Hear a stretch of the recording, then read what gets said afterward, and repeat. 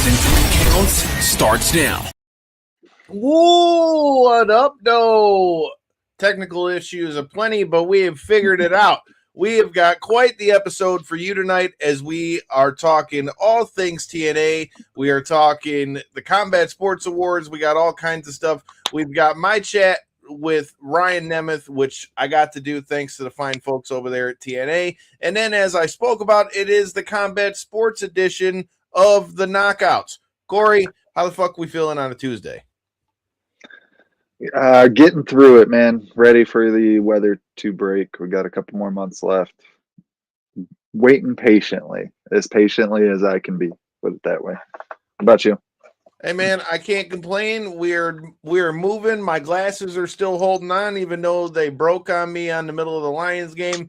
But again, shout out to our friends at TNA, dude. I've got a lot to talk about. It was a great year in the world of combat sports. I heard about another big fight that's going to be happening at Knucklemania regarding one of our past guests of the show, Joe Elmore.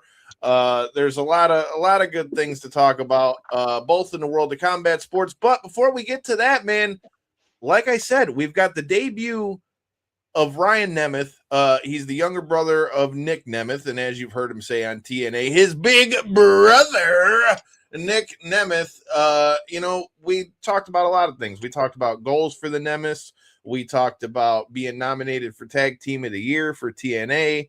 We talked about their matches with the Hardy Boys. We talked the locker room etiquette segment, so that's going to be funny. We talked some MMA things. He talked to us about his collegiate wrestling background and his brother training with the likes of Gray Maynard. A lot of good things in there. Shout out to TNA, but I couldn't be more excited for them as they get ready to debut January 15th on AMC. You know, this is a huge network for them, back on regular cable TV. I just hope nothing but good things for TNA. Anybody that follows the show for a long time, they know that I have been a big proponent of TNA and what they bring to the table. And I've said for a long time, and said in this interview, that I think that their women's division has been one of the best, if not the best, in wrestling for a long time. So there's a lot of good things to talk about. Cory, you got any thoughts on TNA coming to AMC and the magnitude that this kind of brings with them being on such a major network again, after that being one of the biggest complaints that we would see in the comments weekly about TNA? I mean, rightfully so, right? I mean, whenever a product is hard to follow, like I always say I'm going to do, I always turn the wrestling stuff into MMA stuff because that's what I'm more familiar with.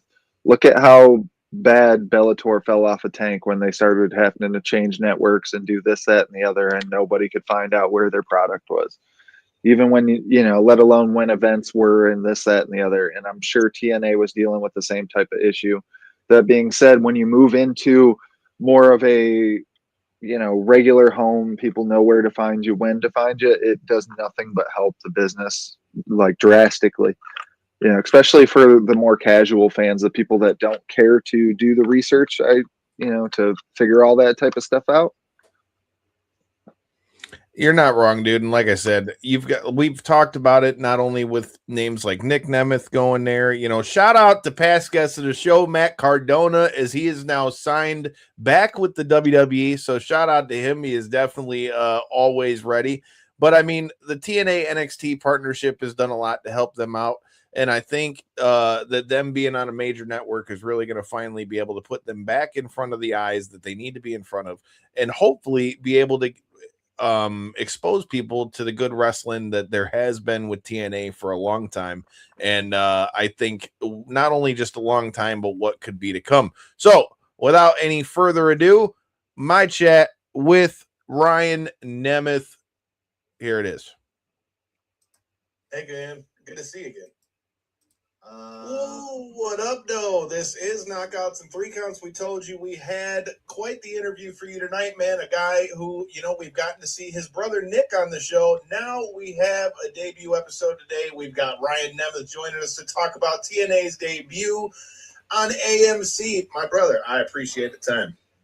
I'm a long-time viewer, long-time listener, first-time caller. Thanks so much for having me on here. I'm psyched. Everything in life is exciting right now, man. January 15th is all we can think about with AMC. You know, that's as good a spot as any to talk about, man. You know, I keep up with everything you guys are doing in TNA, and you and your big brother, Nic, had quite the run last year as a tag team. You guys were up for Tag Team of the Year for TNA. So let's start there. Talk to me about getting the team with your brother over here in TNA. And, you know, what are you guys looking to do in 2026? Maybe a rematch with the Hardys? Well, this is how I'm finding out we didn't win Tag Team of the Year. I guess you said we're up for it. I'm assuming that means somebody else won. Jeez. This is how you find out. It's always your own people. Jeez. It was a great year. It was great to team with him. I got into wrestling because I wanted to travel the world and perform with my brother. So that has finally, after all these years, been able to happen. And I'd like to thank TNA and the creative team and my brother for making that happen. And, you know, when we do interviews together, they ask sometimes about, like, you know, I'll just be honest with you, man. You're in Detroit, right? We're up from Cleveland. We kind of have a little a bond here, unspoken. I'll just be real with you. A lot of people would just be like, oh, you're in TNA because your brother made them hire you and they're doing him a favor to – he doesn't want me there. I don't want favors from him. He doesn't want to give favors. The creative team tried an experiment. They said, why don't we put you guys together and see what happens? Guess what? It worked. Okay? And if it didn't work, there's no way in hell my legend in the making future Hall of Famer brother would just be saddled with somebody he didn't want to be with. You know, that's just a fact. That's just true.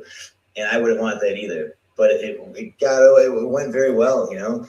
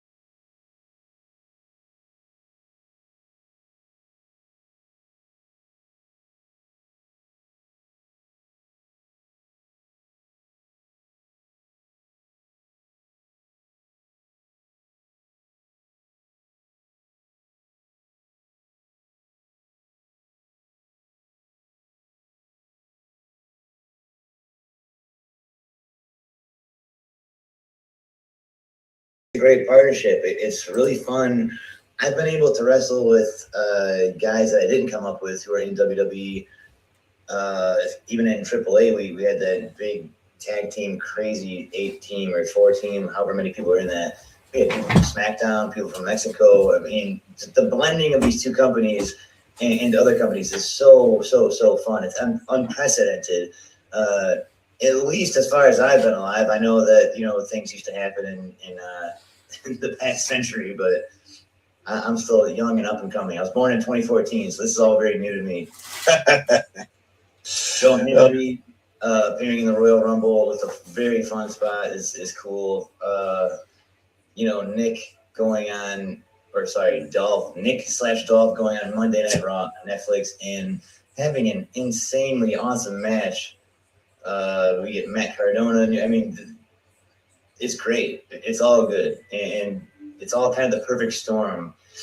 The perfect storm of the Nemeth brothers tagging together, the perfect storm of WWE and TNA having a partnership, the perfect storm of AMC being the new place to see pro wrestling and TNA. It is, I'm having trouble finishing sentences right now because it's so cool. It's all awesome. And definitely shout out to Matt Cardona, who is also a past guest of this show as well. I was definitely stoked to see that and find that this has brought him back to WWE as well.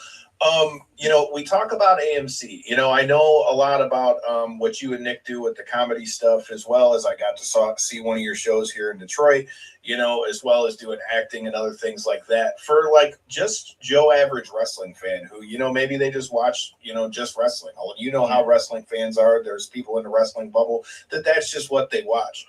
For somebody that maybe doesn't know the gravity of it, can you talk a little bit about what getting to go to a platform like an AMC who has shows like The Walking Dead and things like that, like what makes that, such a great place to land for TNA?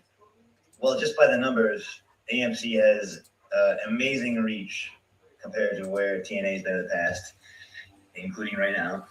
And I think that's going to be a huge boon to getting new viewers, to having more some people love TNA, they love TNA wrestlers, but they just don't have the channel that's on right now. So it's just going to be so much more accessible. We're going to be in your homes with you every Thursday. And AMC is at some of the most critically acclaimed and popular shows that have ever existed in the history of TV. So I think it's a good place to land. It's a great place to be for TNA. It's a great time to be in TNA, and it's a great time to be a fan of TNA. If you haven't watched it since the Spike TV days or since, 20 years ago, tune in right now. There's some amazing, amazing talent, men and women on this roster who I like to watch. Previous companies I've worked in, sometimes the shows kind of seem a little redundant. On TNA, and let's be positive. TNA has a lot of variety, okay? You can watch the show for 2 hours and see a little bit of every kind of wrestling, and some you didn't expect. You'll laugh, you'll be mad, you'll cry, you'll think things are adorable. It's action-packed. You got the Rascals doing God knows what athletically and physically. You got legends like the Hardys. You have Nic Nemeth on there, who is a multi-time world champion in, how many different companies, people that are on our roster now grew up watching him as their favorite wrestler. So that goes to show you where he's been and what he's done. And I think AMC is the perfect landing ground for TNA. And I cannot wait for the big debut, January 15th. Hey, man, I'm looking forward to it, too. I've been a TNA Plus subscriber for quite a while myself, so definitely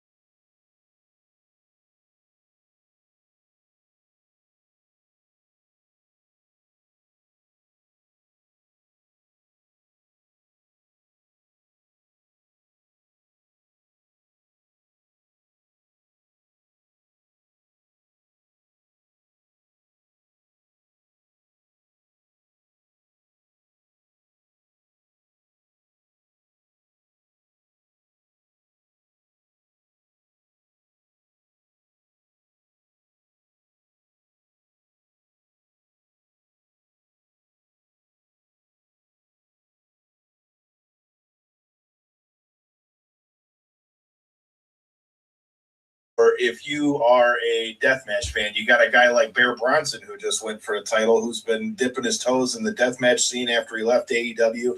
And then, like you said, you've got names like your brother and even yourself, like you mentioned, that you've worked in so many different places. With you getting to work in those different places, can you talk to me a little bit about like what you feel like you've seen as far as differences now that Carlos Silva's come in? Because it seems that the whole vibe in TNA seems to change. Like most people you see talk about it, whether it's talent or, people on the inside of TNA, you seem to see a real positive vibe on like where people are excited of the direction of the company for the first time in a while.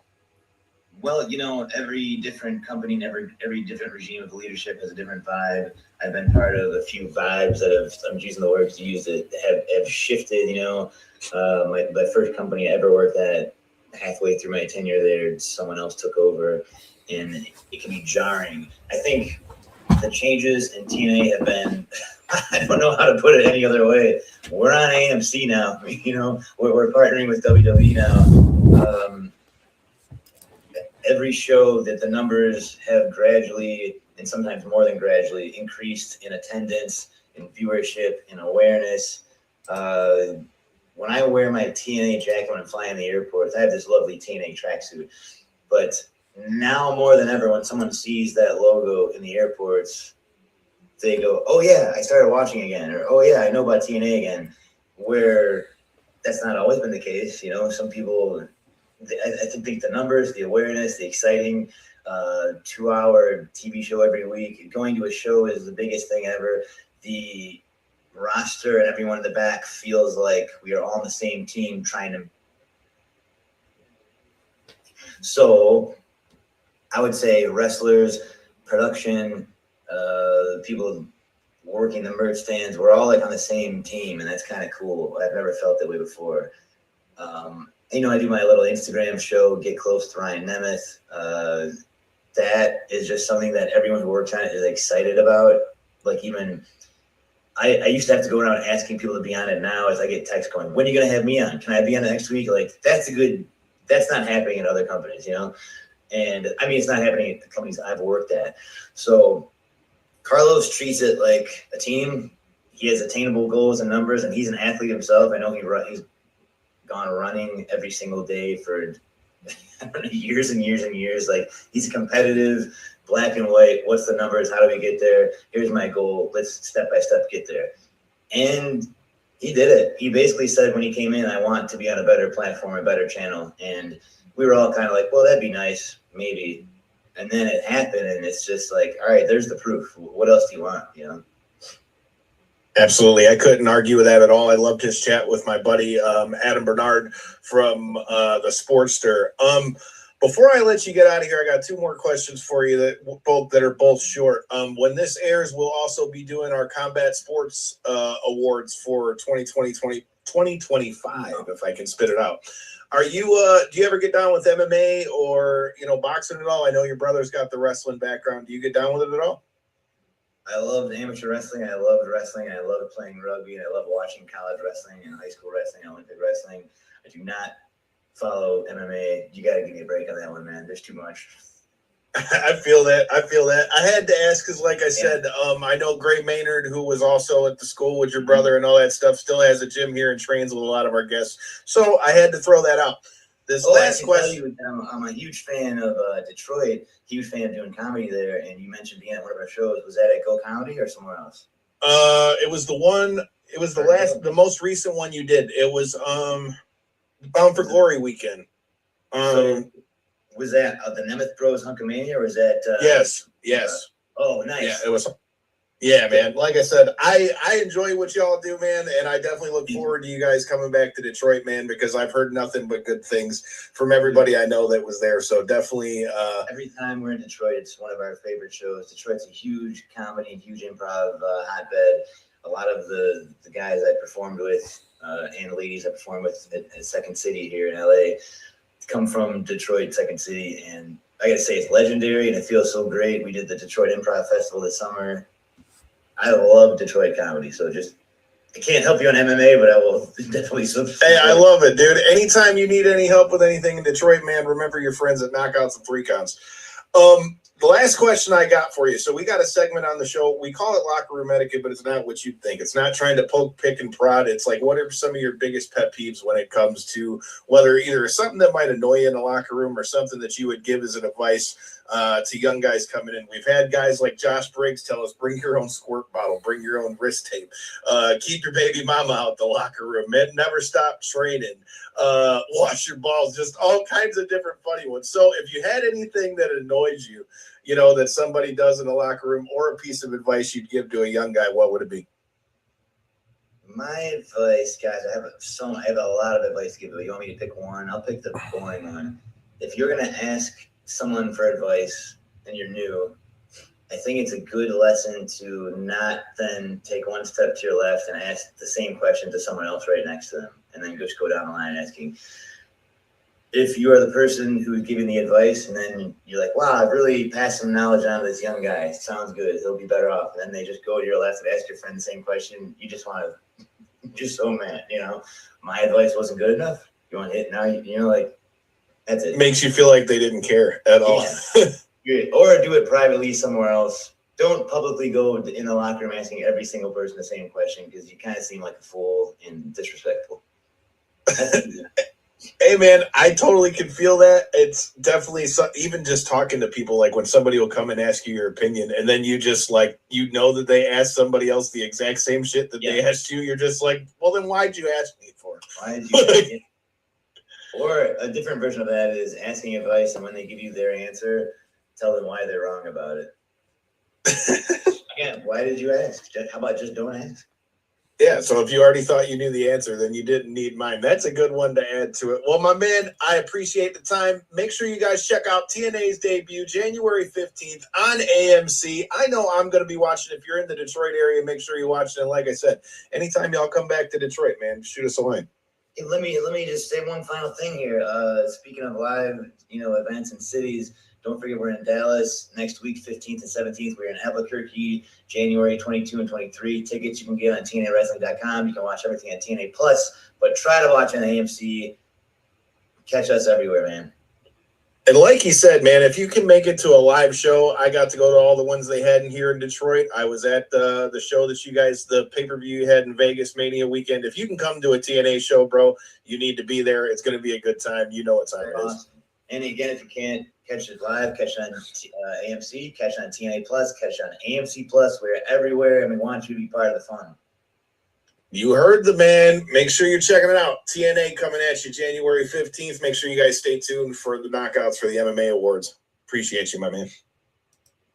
All right, we're going to throw in what was going on with the first couple questions because I heard in the chat that you couldn't hear that. So I'm going to throw in the question about let you guys hear the question about him talking about teaming with his brother Nic Nemeth and them being nominated for Tag Team of the Year. And then we are going to get started on our 2025 knockouts.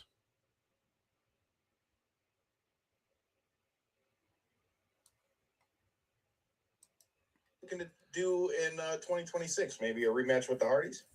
Well, this is how I'm finding out we didn't win Tag Team of the Year. I guess you said we're up for it. I'm assuming that means somebody else won. Jeez, this is how you find out. It's always your own people. Jeez. It was a great year. It was great to team with him.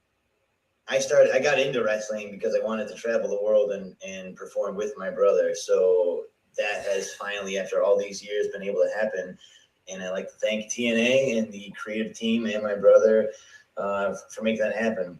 And, when we do interviews together, they ask sometimes about, like, I'll just be honest with you, man. You're in Detroit, right? We're up from Cleveland. We kind of have a little a bond here, unspoken. I'll just be real with you. A lot of people would just be like, oh, you're in TNA because your brother made them hire you and they're doing him a favor he doesn't want me there. I don't want favors from him. He doesn't want to give favors. The creative team tried an experiment. They said, why don't we put you guys together and see what happens? Guess what? It worked. Okay? And if it didn't work, there's no way in hell my legend in the making future Hall of Famer brother would just be saddled with somebody he didn't want to be with. That's just a fact. That's just true. And I wouldn't want that either. But it went very well, and so it's undeniable you had to put us against the Hardys, and I pinned Jeff Hardy, and I'm very proud of that. So if you're asking how 2025, I would be happy about that too. it's all I think about when I wake up. It's what I think about when I go to bed, and when someone says, "Oh, how's wrestling going?" I don't know. I pinned Jeff Hardy. How's your life going? It's great. It's awesome. I have nothing to complain about, and I only wish maybe that could have happened on AMC because the new platform, the new channel, the new network would be so good. And I am very proud of everything my big brother and I did this past year. But to know that now we're getting AMC, I can only think, okay, well, thanks in large part to us. So great. It's exciting. It's awesome. Hey, well, talking about that, you getting to watch it from the side. Talk to me about, your big brother's not only been doing stuff in TNA, he just got to be in Cena's last match tournament and things like that, getting a whole bunch more eyes back on that too. What do you think getting to be part of that? Like, how does that help TNA as a whole as you guys come into this new relationship with AMC? I mean, it's got to bring a lot more eyes. I think that anything a TNA superstar, TNA talent does on WWE programming is awesome. Okay, and they're not treating us like some little kid joke either. They're giving some gravity and respect to the brand, and I think it's a great partnership. It's really fun. I've been able to wrestle with guys that I didn't come up with who are in WWE. Even in AAA, we had that big tag team, crazy 8-team or 4-team, however many people are in that. We had people from SmackDown, people from Mexico. I mean, the blending of these two companies and other companies is so fun. It's unprecedented. At least as far as I've been alive, I know that things used to happen in the past century, but I'm still young and up and coming. I was born in 2014, so this is all very new to me. Joe Henry appearing in the Royal Rumble with a very fun spot is cool. Nick going on, Nick/Dolph going on Monday Night Raw on Netflix and having an insanely awesome match. We get Matt Cardona. I mean, it's great. It's all good. And it's all kind of the perfect storm. The perfect storm of the Nemeth brothers tagging together, the perfect storm of WWE and TNA having a partnership, the perfect storm of AMC being the new place to see pro wrestling and TNA. It is, I'm having trouble finishing sentences right now. It's so cool. It's all awesome. And definitely shout out to Mac.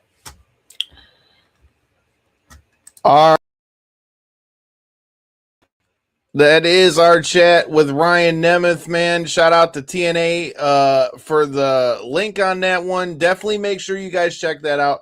January 15th, they're coming to AMC. Make sure you are watching. Got to be on the couch. Got to be checking that out. You got to be watching it. What up, though, Chris? Are you going to be watching TNA from Massachusetts? Do you have any thoughts on anything that Ryan Nemeth had to say in our chat? Cory, thoughts on our chat with Ryan Nemeth now that we have navigated the technical difficulties? I agree with you. I can't wait to see them on AMC either. Always interesting when you have a family dynamic. Well, I'll start there, especially when one's a little more established, because you always kind of wonder, is the lesser established one going to catch up? If not, is he going to surpass? It's like this whole thing, right? And then on top of that, I thought he did a really good job breaking down what he's got going on with the nomination and stuff like that. And definitely was an interesting interview, is what I'll say. Hey, man, definitely look forward to bringing Ryan back on here. Maybe next time we'll have Ryan and his big brother Nick on there. Also, I have to give a shout out to our guy Zach in Downstate, who have a pretty badass theme song for Nick with The Wanted Man, as well as the one for past guest of the show, Matt Cardona, who just went back to WWE. I like it. Mike Santana versus Frankie Kazarian when they go to AMC. That is a banger, dude. The question is, Chris, is Mike Santana going to get him the belt back? Is the question, man. I was kind of shocked when Mike Santana lost the belt on the first episode after Bound for Cory when they were gone for a month. I need to see my guy Santana persevere here. But, that said, I could be wrong, and correct me in the comments if I'm wrong. But if I'm not mistaken, I think Nic Nemeth still has the Call Your Shot Gauntlet Battle Royal Cup. So if that's the case, I don't know. Maybe old Nic Nemeth could be making a run-in on the world title match on January 15th. With that said, we've also got to cover the 2025 version of the we got our 2025 version of the knockouts for combat sports. A lot of good things in the world of combat sports. As I mentioned at the top of the show, we found out there's going to be a big fight in 2026 for our guy Joe Elmore as he takes on Mike the Marine Richmond at Knucklemania. That's going to be a banger of a bare knuckle fight. But we've got, like I said, our 2025 Combat Sports Awards. We're going to be in a whole total new landscape in 2026 as UFC moves over to Paramount. We've already got the announced fight for Michigan's own, the GWOAT, Clarissa Shields, will be fighting February 22nd at home here in Detroit against Franchon Cruz, and we will be in the building for that. Christine Faria, becomes the queen of violence in 2025 with a big win and a finish over Jessica Borga. You got the domination of Barab Dvalishvili in 2025. A lot of different things to talk about, Cory. What are some of your highlights? And you can pick whatever the first category is going to be. Highlights. It was such a weird year, right? Like in the combat sports realm, or at least for me as a fan, there was a bunch of huge accomplishments, but I also feel like there were so many big fights that ended up left on the table or did not end up matched up or whatever the case was. So it was like this big year, but I feel like we didn't see a ton of the top tier guys, other than of course Merab fought 14 times or whatever it was. I don't know, man. I feel like for the sport, I feel like I'm very excited to see what 26 brings with the whole Paramount deal moving to what is it, CBS or NBC, one of the two. Paramount, the Paramount Plus. Yeah, but they're also affiliated with they're CBS a CBS or whatever thing. Yeah. So some of the events are going to be on there, is what I'm saying, and I think it can definitely add an interesting dynamic. Of course, being a fan and not having to worry about pay-per-views anymore. The fact that maybe this local bar or something down the street or whatever the case for whoever around the country wants to go watch the fights at, maybe they'll be able to host it without having to pay a hosting fee now. And maybe, fans will just be able to watch events and stuff. And I think it can do huge things for the growth of the sport over the next couple of years. That being said, like as for 25, I feel like it was a year of a lot of proving that dominance was real. We've seen a couple different people move up weight classes, gain belts in new divisions. Seen a couple dominant defenses on the women's side from like Valentina Shevchenko and stuff. But I feel like already what we have on the books for 26 is already going to be a huge bang compared to what a lot of 25 was. I agree. I think there's a lot more firepower, especially with this rumored White House card and everything that could come with that. It'll be interesting to see, but you didn't pick a topic. What's the topic? You also got they got back-to-back non-pay-per-views. What are they? Premium numbered events or whatever they're calling them. They're still counted as PLEs. It's no different than WWE when they were doing Peacock and everything else. Well, I think they announced their official name as, I think it's just premium numbered events or something along those. Same damn difference. PLE, PNE. Same shit. It's a PE. Yeah. All right, we're going. Same shit. We're going with it. Pick a topic and tell me who your winner is. For me, I feel like the thing that left the biggest impact on me and throughout the year last year will be a submission. And for me, the submission in question was, and normally, of course, you go straight towards like, who won by submission in a title bout? Who won with the biggest? I just feel like the rawness and the dirtiness of it and the way he was able to, it was like what every non-grappling fan hopes grappling turns out to be, right? And that was what Fluffy Hernandez was able to do against Roman Dolidze. That was my submission of the year. And just the rawness of how it all went down, the fact that he was able to pull him down and just, it was like the classic John Jones, what he did to Machida, just dropped him, and once it was all over, it was just, it was nasty. So what about you, Kyle, for submission of the year? You bring up the one with Fluffy Hernandez. That's one when I was doing my research for my research for my picks for all this stuff, and you there's so many fights that go on in a year. So when you go back and you look and try to find all of these, what was the best submission? What was the one that I think of? Again, kind of like what we talked about with the pro wrestling side of things, bro. Like there's so many matches that you see in a year that it can be like, oh shit. Yeah, you got to try your best not to be what recency. Yeah. Well, right. Like what was my pick? What were some of the ones that, you think of with that kind of thing?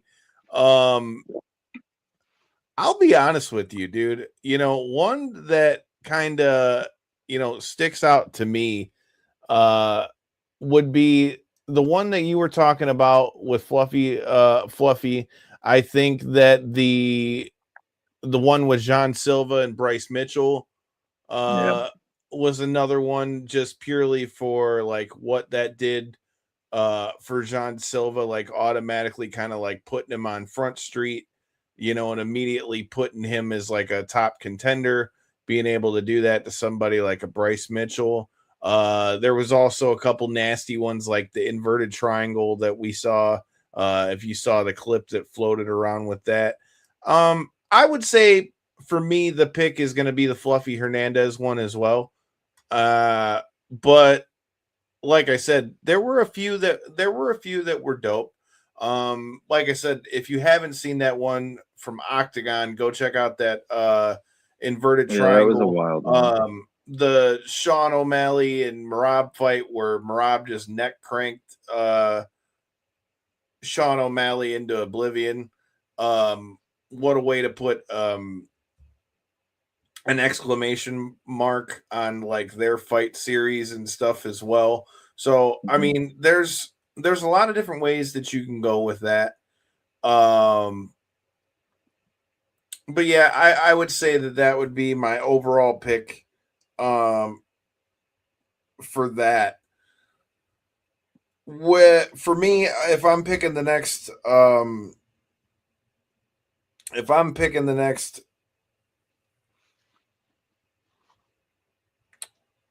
topic, I'm gonna take it outside of the world of MMA for a minute, and I'm gonna go boxer of the year for me. Okay. I think it's kind of undeniable who this is. I mean, I'll go with a male and a female one, but as far as males, nobody had a year in boxing like Terrence Crawford. The guy was already considered arguably pound for pound, and then moves up another weight class to fight Canelo, who's a certified killer and has got all the experience in the world you could want. Biggest stage you could want to fight on. 70,000 people inside Allegiant Stadium in Vegas, and goes out there and puts on a show and beats Canelo in every way possible. Mm-hmm. I mean, there's no other way to put that. He beat him in every way possible. And I mean, the guy was already considered to be the best pound for pound, or arguably the best pound for pound, prior to that fight. But then to go in there and beat him, and then he had the spat with Mauricio Suleiman of WBC and all that, and then now has since announced his retirement. But when you talk about best boxer, bro, I mean, Bud has set himself on the pedestal, kind of like what we used to talk about with Floyd. And ironically, Bud has said the only person he thinks that could have maybe messed with him was Floyd. So, I mean, like I said, as far as male fighter of the year, I kind of feel like that's a moot point. On the women's end of things, I kind of feel like it's a moot point. I think Clarissa Shields has to win that one by and far. Okay. You've got Amanda Serrano, you got Katie Taylor. Katie Taylor had a great performance in their second fight. But nobody's coming close to touching Clarissa Shields. Nobody's coming close. And you can argue, okay, Oh, she needs to fight somebody. Oh, she needs to, bro. She's fighting who they put in the ring with her. And okay, if that's the argument we're gonna have, who is she gonna fight? Who if who she's beating isn't enough, who are you going to have her fight? That would be my only, I guess, critique. And I, like we had mentioned before going into our next matchup, even though it's a rematch, it is, you know, widely known as probably her toughest, bout to date. So I don't know. I feel like that is the only rightful critique, though, is, level of opponent, but that's not her fault that there's no other, women in her size that are relatively close skill wise, I mean, she's been beating them at multiple weight classes. That's the thing. Yeah. Let's not act like she hasn't cleaned out multiple weight classes at this point. It's not Absolutely. like she just did it just at heavyweight and doesn't want to go down to a lower weight to fight, tougher competition. I mean, that's true too. I mean, she's cleared out multiple weight classes. That's what makes this Franchon Cruz fight a good fight, because she's an undisputed middleweight champion as well. So, I mean, again, championship pedigree, there's the history there. I mean, this will be the third time they fought between amateurs and the pros. Like I said, I think Clarissa Shields wins that one, especially with kind of being the biggest star as far as women's boxing goes. Although I will say I loved the Katie Taylor and Serrano fights. I thought they were great. I loved that they were on Netflix. I thought that they gave a whole nother avenue for people to learn more about women's boxing. Yeah. I thought it was great, but I mean, when you ask me who is the women's fighter of the year when it comes as far as boxing, I just don't, there's not another name that pops out to me where I'm like, yo, they won. And if I'm not mistaken, Clarissa fought more in 2025 than Katie Taylor did as well. Yeah, I feel like for me, I don't know, maybe because I've seen so many of the Katie Taylor, Amanda Serrano fights now that, I feel like it is what it is. To me, it's not enough at this point to continuously win Fighter of the Year. That being said, I guess I'll get into my picks. For women's side, yeah, it's kind of hard to argue with. I mean, there isn't really any other like standout person. Like you say, you could possibly go Katie Taylor, but for all intents and purposes, this Michigan boy is gonna definitely go Clarissa Shields as well. But to switch it up a little bit on the men's side, hard to argue with your pick as well with Terrence Crawford. I mean, obviously, what he was able to do in a huge matchup is really sport defining, right? But for me, not to kind of, spin it off or whatever, but be a little controversial, I guess. I feel like Turkey Al-Sheikh is the men's boxer of the year, even though he's not a boxer himself. Just the magnitude of matches that we were able to see over the course of the last year because of what his influence in the sport of boxing has done has really changed so much about the game and changed so much about just like what we even thought was possible, right? I mean, anybody who's been following boxing for any extent of time could tell you that was probably the biggest issue with boxing, is we just knew that X fighter and Y fighter were never going to see each other unless they fought each other at their, very end of their career. And I feel like because of Turkey Al-Sheikh and his investment in the sport, we've been able to that doesn't make him fighter of the year, though.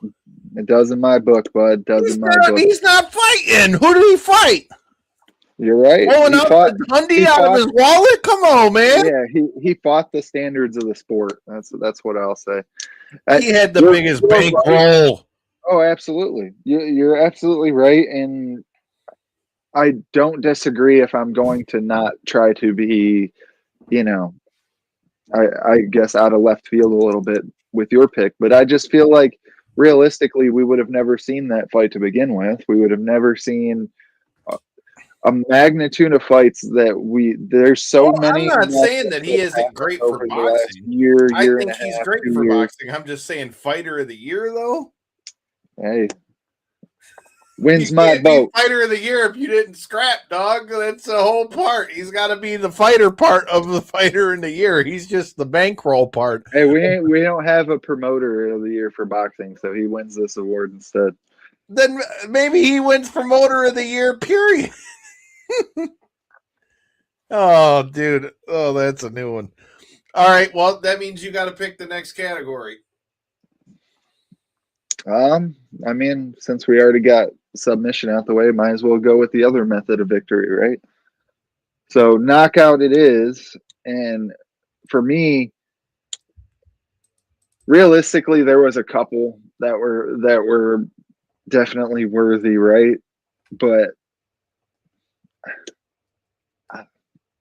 it was, and I'm still kind of fighting it right now. Like, I always pronounce his name wrong, but Hoofy, however you say his first name, Mauricio Hoofy. Oh, yeah. you son of a bitch. That one, I mean, that one should probably be it, but I feel like the way that I felt it when it happened, I gotta go the Quinlan Sutherland versus Nazareth Hackprass. Well, I was sitting there watching this fight, and I'm like, oh, who's this new kid from Australia, New Zealand? He looks like he can possibly scrap. They must be expecting something from him if they put him right in here against Nazareth. And then whap, instantly, as my mind was going through that thought, it was just this crazy knockout where he's just all of a sudden sleep. You hit him with the kick, it lights out. And the way, yet again, was there more impactful? Was there bigger stuff throughout the year? Probably. What impacted me the most in the moment was that knockout. And honestly, can't wait to see what the young prospect brings up in his next fight.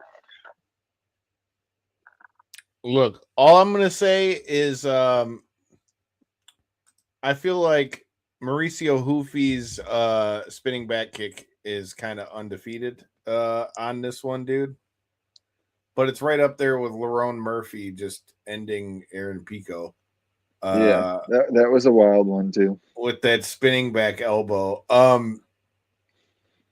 Also one that almost took my vote as well, just because of the way that the fight was playing out and how you didn't expect it to happen, I guess. It was the Carlos Prates, Leon Edwards. The way he was able to weather the storm in the first round, had that kind of infamous picture now where he was just kind of, I don't even know how to describe it, disinterested when Leon Edwards was on his back in the standing position and just, looked like he just could not care less and was posing for the camera. And then to go into the very next round and get the knockout the way he did, that one's also on the list, at least for me. Yeah, especially I think Leon Edwards having never been knocked out before, at least I believe so in the UFC. Oh, the Prates knockout was a banger. The Prates knockout was a banger. I think for looks, if we're going like with which one like looked the coolest, I think it's Hoofy. But if you're talking about which one to me is knockout of the year as far as like statement made, I think it's Lerone Murphy, because that like kind of cemented like, look, bro, I don't need to be fighting my way up the division. I am at the top of the division. And apparently you feel bad. Well, and you feel bad for a guy like Aaron Pico because, anyone that knows Bellator knows who Aaron Pico is, and it's a guy who's been around for a while. Finally gets in the UFC and then get caught on the other side of a highlight reel buzzsaw like Lerone Murphy. That sucks. But yeah, I think for the stakes of it, I think Lerone Murphy's is the one for me. I think Hoofy's would be a close second though, because dog, that's like, if you're a kid and ever watched like Street Fighter, You know, like you ever dream how you like did somebody out like in a street fight, dude? That would be like the coldest way to ever do it. You'd never have to be in a street fight ever again. Like like that would legit be it. Uh, there was definitely a couple throughout the year that were like, wow, the way he landed that shot. You know, I mean, there always is, right? It's What's combat crazy sports, though but is how he started the year and so hot and then by actually, the end of it fell apart. I I was thinking about this like 2 weeks ago and completely forgot about it in the lead up to this, and I completely contradict everything I just said about what my knockout of the year was. Take it all back. For me, my knockout of the year was what Mohawk was able to do in front of us at the first bare knuckle event. That to me was my personal knockout of the year. That was such an insane fight for anybody. I mean, I'm sure it's not as well known and stuff like that, but that first round was nothing but action. Would the fight go, Kyle, like 90 seconds or something, 120 seconds, somewhere around there? It definitely didn't finish a first round. That being said, it was there was knockdowns, there was blood, there was I almost lost my voice, and I don't usually yell. I'm not a yeller, you know. That's not my nickname, Liar. old yeller. They never called me that. That being said, the feeling in that venue when everything went off, and the feeling that it was like Mohawk had Michigan on his back against, you know, against the opponent and trying to work his way into this potential tournament and stuff that they're having right at the cusp of potentially fighting for a belt for bare knuckle. It was a huge, huge moment in my little heart. You know what I mean? Well, like I said, I can't argue with Mohawk. I mean, that pretty much leads us into bare knuckle fighter of the year. I I was gonna say it was Christine Faria, but I feel like that's like the easy pick, because it wasn't a year where there was like the one big standout fight where it was like Yeah. insert big star here, like when we had like the Eddie Alvarez, Mike Perry fight and stuff like that. I would say that Christine would be the pick, but I think that's the easy pick. For me, I think I'll go with Esteban for bare knuckle fighter of the year, just based on the impact he was able to make this year. And I mean, even if you look at the article that just came out in Sports Illustrated with David Feldman, he said he's one of his top three prospects headed into 2026 as well. I think with all that being said, I think as far as bare knuckle fighter of the year goes, I think that goes to our guy Esteban Rodriguez for me. Okay. I obviously hard to disagree with. Just expressed how much emotion I felt watching his fight here in the mitten. But I'm gonna dig into somebody else that I feel like maybe surprised me a little bit more that we've also had on the show. Dustin Pegg. I feel like he's done so much with his career and continued to showcase himself being just this, like, we've had him on the show what now 3 times or something, and every time he obviously talks up his fight, obviously talks up how he's going to win and stuff like that, but he's super respectful. You would never guess that that's his career path as bare knuckle fighter, and then to see him go in there and lay out the heart that he does every time, and able to just walk through some of the damage that's implemented and put it on himself, and then, you know, always seems to walk out victorious, it seems like. So for me, that's going to be mine. I can respect that. Just pulling up what's next. But we did bare knuckle fighter of the year. That makes you up next for the next You topic. still got the list in front of you. What do we got? What do we got left? Still got I mean, fight of the obviously year. we You got female fighter of the year. You got female fighter of the year. You have you still got moment of the year, breakout star of the year. I think breakout star. I like that one. It's about time for a breakout.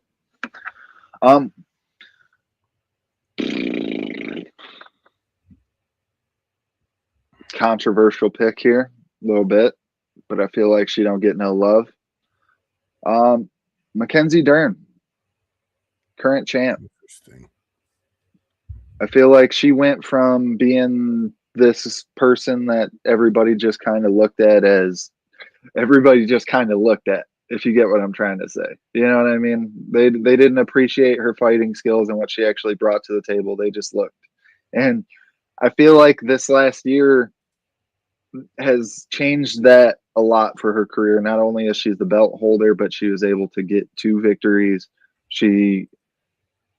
I feel like she's definitely up against it in her next fight when, I feel like pretty inevitably Wei Li ends up moving back down, and if that is the fight to happen. But that being said, I feel like once a champ, always a champ, and it was not on my bingo card for Mackenzie Dern to be the strawweight champ for the UFC, and I feel like a lot of people probably felt that way. So maybe doesn't get the respect it's deserved, but to me, it's more than the Peyton Talbots or something like that, where I feel like that's where the other direction of this award would go.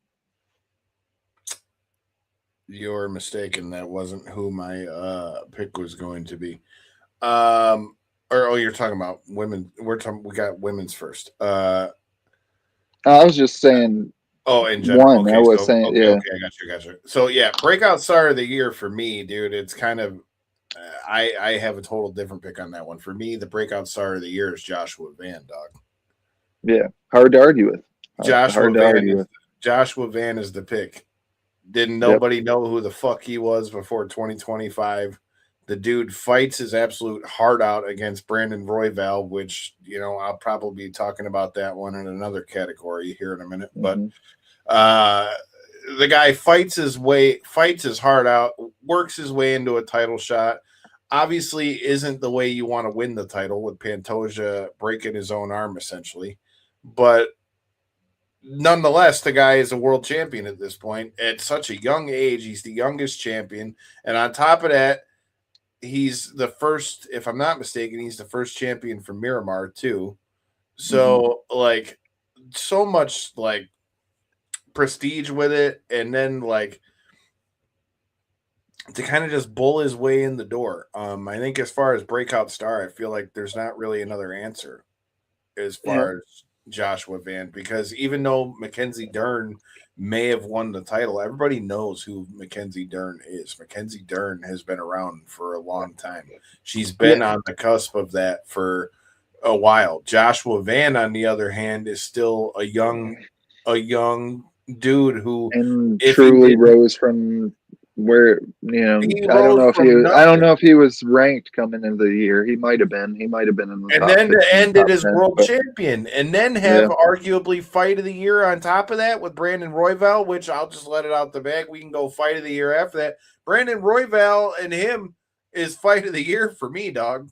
I'm just saying that one might be most true out of every award, that there is this year. I feel like, to jump right to it, since we're switching categories, for me, just to clarify, I do agree with what you're saying. Mackenzie Dern was well known and all that. I just, like I said, I feel like she wasn't necessarily respected on the fight aspect of it, and that's why I went in that direction. But when you're talking about fight of the year, I can't disagree with you at all on that one. What those two guys were able to do over a 3-round fight, the fact that it was 1-1 going into the third, you didn't know which direction it was. I was leaning as a fan towards Royval, and to see what Van was able to do in that third round and really make that fight his and apply the pressure, land the bigger shots. And it was a wild fight. And what was there, 500 shots or something thrown between the two of them? It was like some astronomical number where it was like, what the, what kind of fight is this? Like, you guys literally were in there both just button mashing, but it wasn't that. They were both technical. They were both using their footwork. They were both landing shots. They were looking for openings. It wasn't just jab, jab, jab, jab, jab. It was, it was a very fun fight to watch. And I think it's, well, realistically, what else are you going to pick for fight of the year that tops that? That was such a showcase. That was such a moment. The only thing that kind of took consideration for me, and it yet again was, a lot of these awards are what meant the most to me. It might not be true for everyone else, but is for me. The only other one that was almost took the spot just because of the way everything played out and how the scenes around it and everything was the Holloway versus Poirier. The way that Holloway was able to get it done was super respectful, was super all class act throughout. The fight itself was amazing, of course. And then to have Poirier with the retirement in his hometown, the build up and everything to that fight and that moment and just everything about that night. But that being said, I still think if you were talking actual punches thrown, it's got to be Van versus Van and Royval. Come on, guy. Yeah. I was getting there. I said Royval. It just took me a minute. All right, so we going male fighter of the year or women's fighter of the year? Oh, is that the only two we got? Well,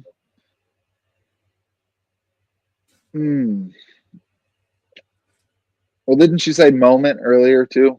For moment, it's I'll just let that. And then I'll let that cat out of the bag. Like I just had started to say earlier, for me, it was definitely Dustin Poirier's retirement was moment. I mean, that was by far what left the most. It took a piece of my fandom with it, is how big of a moment it was for me, at least. So that one definitely had to win my moment of the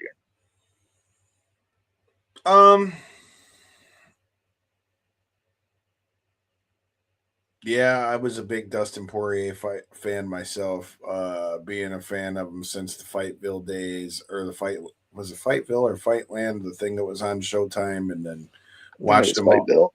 Yeah, and then watched them all through the UFC. Yeah, I think I feel like if this White House fight looks like it's going to happen and really is going to happen, I think that's probably going to be moment of the year for 26. But yeah, dude, I think ultimately, I think that's as good a pick as any, really. I mean, for moment of the year, I guess I would agree with that one. Obviously, I'm bummed that we don't see Dustin Poirier anymore, but for him to go out on his terms and to do well like that, we've got two categories left. You got male fighter of the year and female fighter of the year. Gotta be ladies first, right? I mean, again, if we're talking MMA now, since we've already talked about boxers, Kayla Harrison is the pick. Yeah. I mean, I don't really, again, no disrespect to Mackenzie Dern, but Kayla came in and basically steamrolled most of her competition. Kayla had one of the most anticipated debuts of coming to the UFC because of her prior history, both in the Olympics and in the PFL. Mm-hmm. If she would have come in and then would have flopped after that, that could have been like one of the most colossal flops, in UFC history had she lost. Now, I'm not going to say that every fight was always the most entertaining, because sometimes she did what she had to do and wrestled them and beat them up.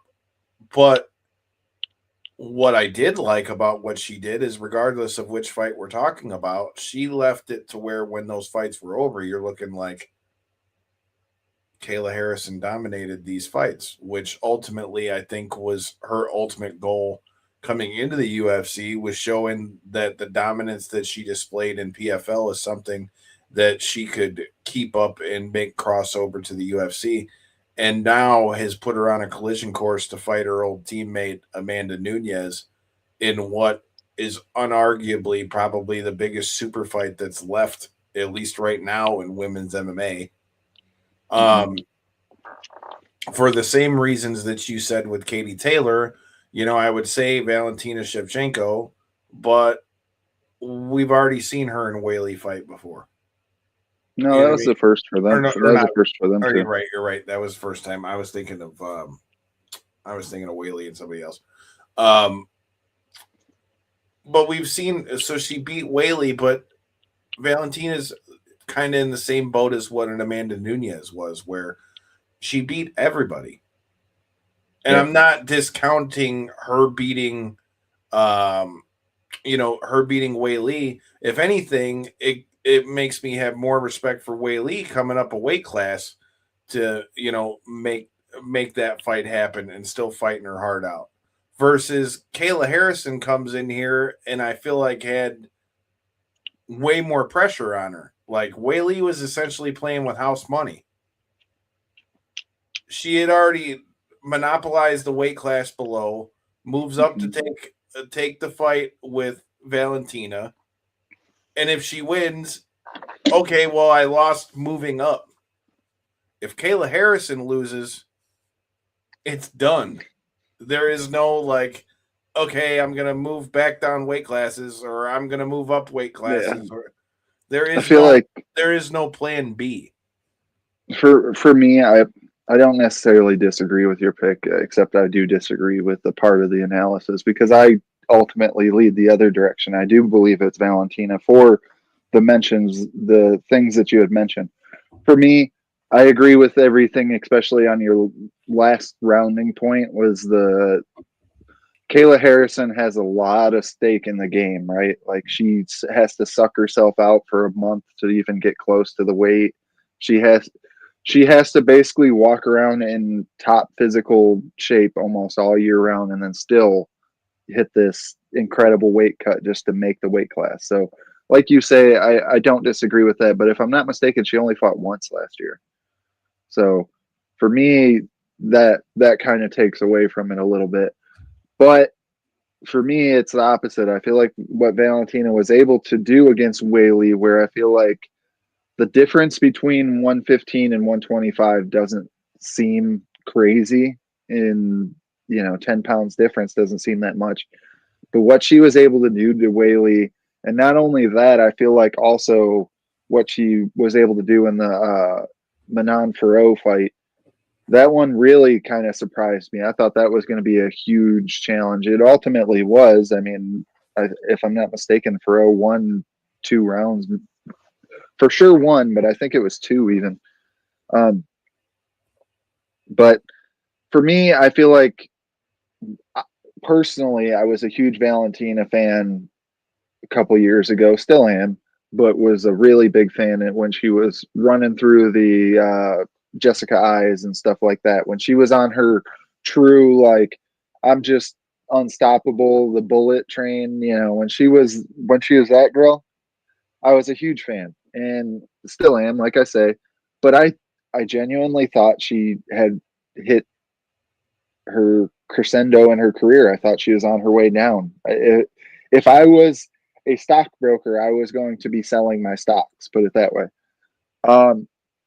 I was definitely proven wrong over this last year, right? What she was able to do in not only getting the belt back from, I'm not sure if that was the end of 24 or not, but getting the belt back from Grasso, ultimately winning this trilogy that was a bunch of draws and one victory. But the way everything played out and to see her kind of rounding her career now at this latest stage, I think, if I'm not mistaken, she's like 37, 38. So she's definitely at the later stages of her career, and to still be able to showcase the level of dominance in a totally different aspect of MMA. I feel like she went from being this just killer, you got to watch every strike. You got to watch everything. To now she has to rely on her wrestling. She has to rely on her takedowns and her, jiu-jitsu and ground and pound. And to me, it's been superly impressive to watch what she's been able to do over this last year. So for me, I feel like I have to go that direction. All right, before we get to the male fighter of the year and round this thing off, I got to give a shout out to our sponsors, Michigan Street Unlimited. Yeah, that's right. You see all the dope cars in these pictures. Autorama is coming for our fans that are here in the Detroit area. They're going to have 7 cars out of the fleet are going to be at this year's Autorama at the Huntington Center. I'm going to be there. I love Autorama. It's one of my favorite things every year. Shout out to our sponsor, Cody Caudill at Michigan Street Unlimited. If you are a car fan, got a badass car of your own, make sure you check out Michigan Street Unlimited. Tell them Knockouts and 3 Counts sent you. And I'm telling you, if you're a car guy, which, I mean, if you're in Michigan, it's probably a good chance. Make sure you check out the homies and enjoy some motor enthusiasm. All right. Last topic of the night, male fighter of the year. Now, this one I feel like is pretty much undeniably a no-brainer for me, but we'll see what we come up with. For me, the male fighter of the year when it comes to MMA, like I said, there's only really one answer. I think that answer is Merab Dvalishvili. I don't really think you can argue that. I don't think you can fight that. The guy was going for 4 title defenses in a year. Ultimately, yes, he lost the title in the last defense, but I personally, maybe this is just because I'm a fan of the guy, I think a lot of that had to do with the overall activity and the fact that he was in camp for the entire year. I think maybe that might have played a hand in it, hence why I think we're seeing the rematch right away like that with Jan. Again, that said, though, I will say that was the best Petr Yan I've seen in a long time. So taking nothing away from Petr Yan, I want to see them run it back. But when we're talking about 2025, who had the biggest impact, who made headlines, and who really was going for history, that's Merab Dvalishvili for me. Because, dude, he was dominating people up until that Petr Yan fight. And to try to defend the title 4 times in a year is unheard of really in most combat sports, but especially in MMA in 2026 now.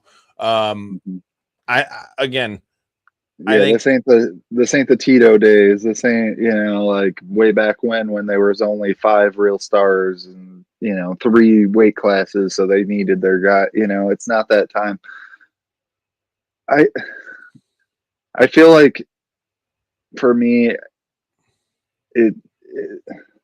I'm going to go the opposite direction of what I did earlier with you, where I feel like because Merab lost, it makes it really hard for me to say he's the fighter. That discounts the other 3 title defenses and the way he dominated them? No, it doesn't at all. But it definitely takes something away, though. I know. I agree. I'm not disagreeing.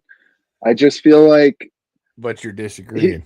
I'm disagreeing, though. Because I'm not disagreeing, but I'm disagreeing. Well, when you're talking about what I think you can't win fighter of the year when you're coming off of a loss. I think if he would have lost in the beginning of the year, fought one more time, and then came back and won the belt back, and then defended it one more time for his 4th fight, sure, fighter of the year all day. For me, just because it was recency bias a bit and stuff like that, and the way that, to your point, you the one earlier in this episode saying let's not go by recency bias, and then some bitch just said he's going by recency bias. Hey, rules are the rules. This guy changes his rules as we go. He can't even stick to his own damn rules. Rules is the rules. But you set the rules, and now you're breaking your own fucking rules. For me, I just feel like it's hard to win it when you just lost. And when you're talking about a accumulation of the year, I feel like in certain circumstances, there's different situations, but I feel like when you're talking about who won fighter of the year, long story short, Joshua Van, for all the reasons that you mentioned earlier of why he was a rising star, and probably realistically is also that winner as well. But I feel like Mackenzie Dern needed some love in this list somewhere, so she took that category from me. But I feel like everything you said earlier, to go from general unknown to now champion of the division, whether it was a bit of Not a bad so-so pick. I'm just circumstances. saying we're talking about 4 title fights in a year, bro. Yeah, I know. Not Lost the just last fights, one. title fights. Lost that last one, though. And Joshua Van won his on a technicality. Absolutely did. But he won. He's got the dubs. He's got green on his Tapology. Oh my God. Shut the fuck up. Oh my God. That is the most whack ass logic. He can't even look me in the face because he knows it's bullshit logic. This guy won 3 fucking title fights, loses the last one after being in camp all year. Now, don't get me wrong. I don't have a problem with Joshua Van winning for the totality of his year, but if we're comparing fights to fights right now, 4 title fights, in 3 of which he absolutely dominated the best people in the weight class, and made Sean O'Malley look like a fucking amateur. The last time he took them steps, though, he didn't look like himself. He didn't look like himself. After fucking 4 fights in 4 camps, I mean, I could see why somebody might not look like themselves. Potentially, and against the best reason. Patreon that we've seen in how long? Mm-hmm. Yeah. I'll go out on a limb. You put anybody else in that cage other than Patreon that night, he don't lose. I don't know. That's a hard question because I feel like because I don't think anybody expected Patreon to do what he did. I'm telling you. No, but if any of them catch him slipping, there is other contenders in the division. Like, I'm not I feel saying like there isn't other people that could beat him. I'm saying they would have had to fight at that level of perfection in order to be able to do that. Yeah. I'm saying if Patreon doesn't come in at the top level of his A game, Merab is still the fucking champ. Yeah. I don't disagree with that. I mean, my analysis going into that fight was I'm surprised they even made it because I just feel like Merab's about to run through him again. And then we were all wrong, It's funny how the fight game has a way of doing that. Like the second you start to feel confident in something or someone, always has a way of shutting it down, Way of shutting it down. Well, we're shutting down 2025. We're getting into 2026, and we are already coming in hot. We had a debut episode tonight with Ryan Nemeth ahead of the AMC debut for TNA Wrestling that is going down January 15th. We talked about the shows that are going to be going down in Texas as well for TNA. Make sure you check them out. Shout out to Ross, everybody at TNA. Shout out to Simon for helping coordinate everything with that. Definitely look forward. Make sure you guys stay tuned for more stuff with TNA. Shout out to our sponsors, Michigan Street Unlimited. If you guys are going to be at the Autorama, you got to go check out the homies. Tell them Knockouts and 3 Counts sent you. But that's not all, bro. We are going to be joined by Joshua Double J. Ain't he great? Pagan, before he steps back into the ring January 22nd in Grand Rapids live on DAZN. And the champ is here. We got the return of Caroline Vare. We are going to be talking about her fight on January 22nd. Both of them. We got a twofer. It's going to be a back-to-back double team episode coming to you, Knockouts and 3 Counts, next Tuesday. We will be talking about those fights. If you're going to be in Grand Rapids, come say what up, though. Then we're going to be moving into the Clarissa Shields fight. We've got some stuff cooking with Circle 6. We've got our guy, the Professor, Nick Harrison's going to be in town at the end of the month for his Gen X comedy special. It's going to be a lot of good stuff coming your way from the homies at Knockouts and 3 Counts. A lot of heat to come your way. We knocked out 2025, sending out with a bang with everything from AEW. Kicking off 2026 with the homies from TNA. And I'm ready to see what new things we'll have to talk about at the end of 2026 with Paramount Plus and everything that's coming with that. And in the world of boxing, I feel like we're gonna have some heat there too. Once again, shout out to our sponsors, Michigan Street Unlimited. Make sure you're checking it out. January 15th, TNA Wrestling is on AMC. Once again, shout out to TNA. And until next time, and in the in-between time, hit that subscribe button so you don't miss none of it. That is JEFFJARRET. That's Jeff Jarrett. Ain't he great? No, this is knockouts and 3 counts. We'll see you next Thursday. Peace out.